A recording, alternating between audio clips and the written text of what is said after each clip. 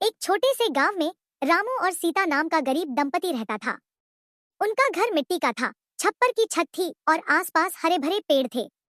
रामू रोज सुबह उठकर खेतों में मेहनत करता और सीता घर पर रहकर रोटी बनाती, बकरियों को चारा देती और सबका ध्यान रखती। उनकी 3 बकरियां थीं, गोरी, चंपा और काली। वही उनकी सबसे बड़ी पूंजी थी। उन्हीं के दूध को बेचकर रामू और सीता अपना गुजारा करते थे। एक दिन रामू ने सीता से कहा, सीता, अगर हमारी बकरियां और बढ़ जाए तो हम दूध बेचकर थोड़ा पैसा जोड़ सकते हैं। शायद अगले साल एक बैल खरीद लें। सीता मुस्कुराई। भगवान पर भरोसा रखो रामू, मेहनत कभी खाली नहीं जाती। रामू हर दिन जंगल में बकरियों को चराने ले जाता। वह उन्हें बड़े प्यार से बुलाता, गोरी, चंपा, काली, चलो। बकरियां खुशी से पीछे पीछे चलती। एक दिन जंगल में एक चालाक लोमड़ी ने देखा कि रामू की बकरियां बहुत स्वस्थ हैं। उसने सोचा, अगर मैं इनमें से एक को पकड़ लूं, तो कई दिनों तक मजे से खा सकती हूं। लोमड़ी ने एक चाल चली। वह रोज बकरियों के पास आकर दोस्ती जताने लगी। धीरे धीरे बकरियां उस पर भरोसा करने लगी। एक दिन लोमड़ी ने कहा, आज जंगल में बहुत स्वादिष्ट घास उगी है, तुम वहां चलो, वहीं खाओ। लेकिन तभी पास ही बैठे एक नीलकंठ पक्षी ने यह सुन लिया और उड़कर रामू के पास गया। नीलकंठ बोला, रामू, तुम्हारी बकरियां खतरे में हैं। वह चालाक लोमड़ी उन्हें जाल में फंसाने जा रही है। रामू दौड़कर वहां पहुंचा और समय रहते बकरियों को बचा लिया। उस दिन से रामू ने तय किया कि वो कभी बकरियों को अकेला नहीं छोड़ेगा। कुछ महीने बीते।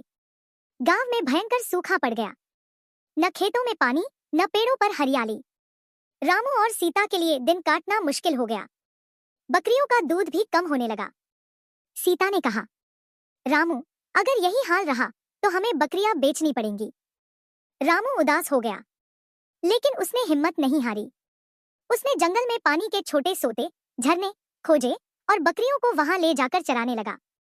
एक दिन जंगल में रामू को एक सोने का सिक्का मिला। वो उसे घर ले आया, लेकिन उसने उसे अपने पास रखने के बजाय गांव के सरपंच को दे दिया। सभी गांव वाले बोले, रामू, तुम कितने ईमानदार हो। सरपंच ने कहा, रामू, ईमानदारी की हमेशा जीत होती है। ये लो, इनाम के रूप में 10 बकरियां। अब रामू और सीता के पास 13 बकरियां हो गई। उन्होंने खुशी से भगवान को धन्यवाद दिया। रामू की सफलता देखकर एक धोखेबाज व्यापारी ईर्ष्या करने लगा।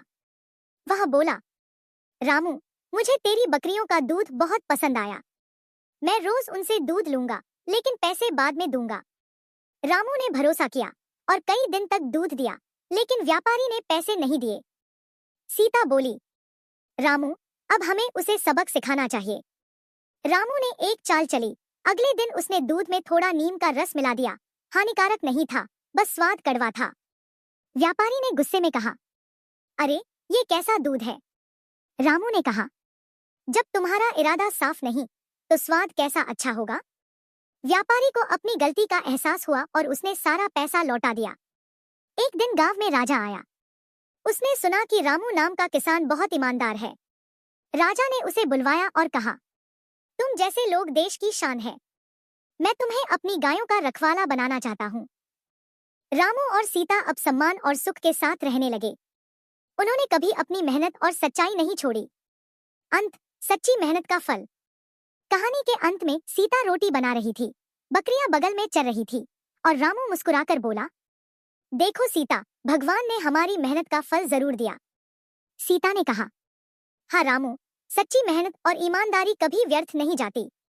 संदेश, सच्चाई, मेहनत और दया, यही जीवन की असली ताकत है।